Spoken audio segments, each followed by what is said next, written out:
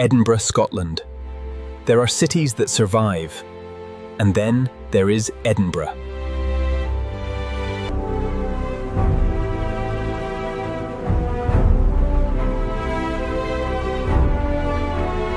Still defiant, Mrinda, after 10,000 years.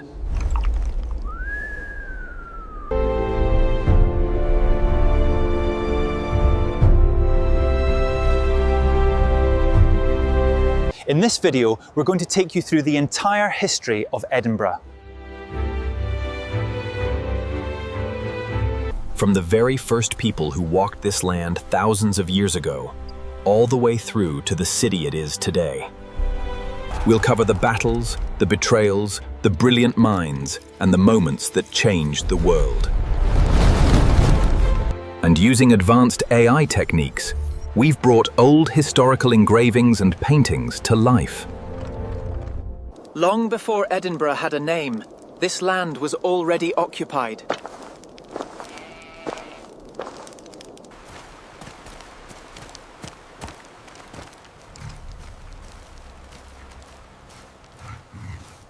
The earliest evidence of human settlement in the Edinburgh area dates back to around 8,500 BC. They left almost nothing behind. A scattering of stone tools, the faint trace of their fires. But they were here, on Castle Rock, on Arthur's Seat. The landscape rewards those who can hold the heights. Keep the pace, men! Watch the flanks! They find a Brittonic Celtic tribe already well established, Inton, the Votadini. Rome's grip on this far northern frontier is always shaky, and eventually they withdraw.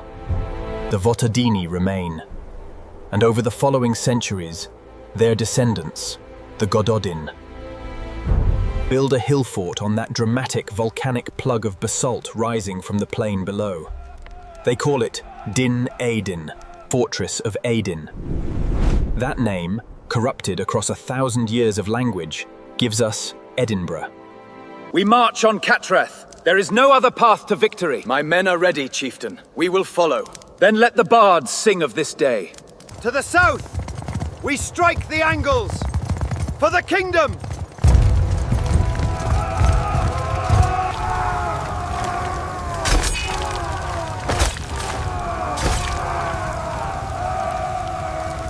Victory is ours!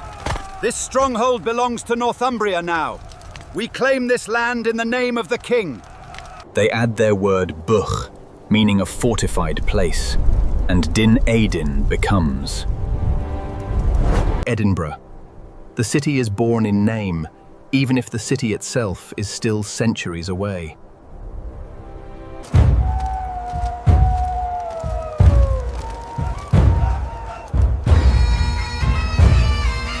But it is King David I in the 12th century who transforms it from a frontier stronghold into something real. Let it be known throughout the kingdom that Edinburgh is hereby granted the rights and freedoms of a royal burgh.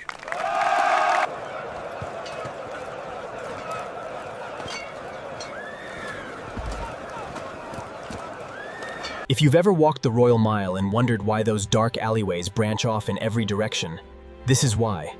The closes are medieval. They have been there from the beginning. David also founds Holyrood Abbey in 1128, at the foot of that market street. A separate settlement grows up around it, Edinburgh and Canongate, two communities, side by side, living together for centuries.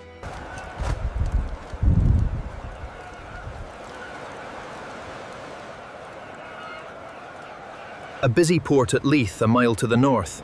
It's modest by European standards, but it's alive, and it's growing. What it isn't yet is safe. The 13th century starts well. Trade through Leith is growing. The town is prospering.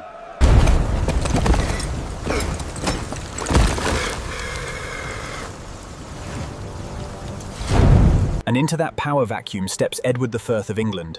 Edward I, Longshanks, uses the invitation to arbitrate not to help, but to dominate. By 1291, Edinburgh Castle is in English hands. The stone of destiny on which Scottish...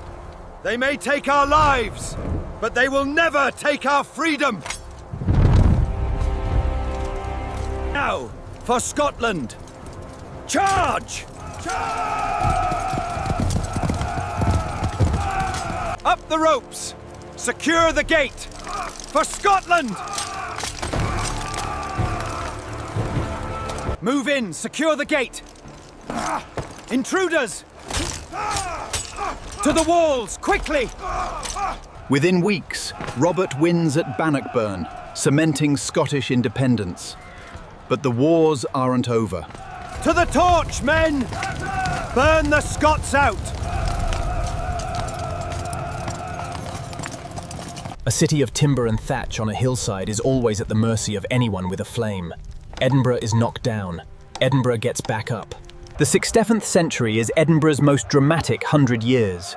More happens here in this period than most cities see in 1,000. Start with confidence. Under James IV, Edinburgh has genuine European ambitions. He builds a palace at Holyrood. He courts the arts. He marries Margaret Tudor, daughter of Henry II of England. Scotland and England, for a moment, seem like they might actually get along. Then comes Flodden. In 1513, James leads a Scottish army into England. James IV is killed, along with an estimated 10,000 Scottish soldiers. Much of the Scottish nobility, gone in a single... Heave! Get it up there! Watch the line! We need more mortar down here, quickly! Then in 1544, Henry VIII of England, furious that Scotland has refused a marriage treaty, sends an army north with orders to burn Edinburgh. They do exactly that. For 3 days, the town burns. Holyrood Abbey, the port at Leith. Henry gets nothing. Scotland does not submit. But it takes a generation to rebuild. The Reformation arrives in the 1560s.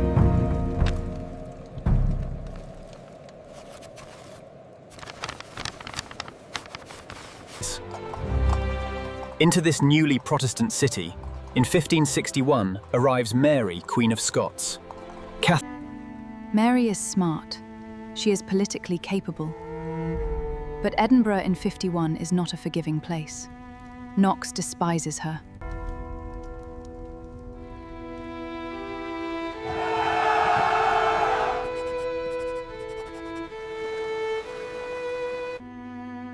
She will never return. Elizabeth I has her executed. In 15, Edinburgh opens its doors, one of the earliest universities in Britain. In 1603, King Scotland inherits the English throne. It will go on to become one of the most influential provinces in the world. The city doesn't collapse, but it loses something. Then comes the 18th century, and something extraordinary happens. Out of the political quiet that follows the Act of Union comes one of the most astonishing intellectual eruptions in human history, the Scottish Enlightenment. In the coffee houses and lecture halls of this city, a group of thinkers reshapes how the entire world understands itself. David Hume challenges the foundations of... We find no vestige of a beginning, no prospect of an end. From a small, rain-soaked city on an ancient volcanic rock, Edinburgh, in the space of a few decades, transforms science, economics, philosophy, and at the same time, the city physically reinvents itself. The old town by the mid-1700s is one of the most overcrowded environments in Europe. The solution is the new town, a planned... In 1767, James Craig won the competition. His plan featured broad streets and grand stone townhouses. It took decades to complete this classical vision. Edinburgh is transformed. The old town and the new town stand facing each other across the valley. Medieval and Georgian, chaos and order, still inseparable today. Walter Scott, writer, romantic, and one of the great self-promoters of the age, who almost single-handedly invents the image of Highland Scotland the world still holds today. In 1822, Sir Walter Scott created a spectacle. He covered Edinburgh in brand new tartans. It wasn't historical, but it was effective. Scotland was now in fashion. Edinburgh becomes a destination. The Scott Monument on Princes Street, completed in 1846 to anywhere on Earth. You can still climb it today, all 287 steps. In 1947, Europe was still rebuilding. Edinburgh did something remarkable. It hosted the first international festival. The building cost £414 million. Today, Edinburgh is home to 1,000 people. It is one of the most visited cities in Europe and host of the largest arts festival. Its Old Town and New Town still face each other, exactly as they have for 2.5 centuries. The castle still watches from its volcanic crag. The university that opened in 1583 is still producing world-changing ideas. This is Edinburgh, a city that has been burned, besieged, occupied, and this is a city that responded to wreckage by throwing the world's greatest arts festival, all from the top of an ancient rock under a northern sky. If you've enjoyed this journey through Edinburgh's history, please do leave a like. It genuinely helps more people find these videos. And if you want to keep exploring the stories of the world's great cities, hit subscribe so you don't miss what's coming next. As always, we'll see you in the past.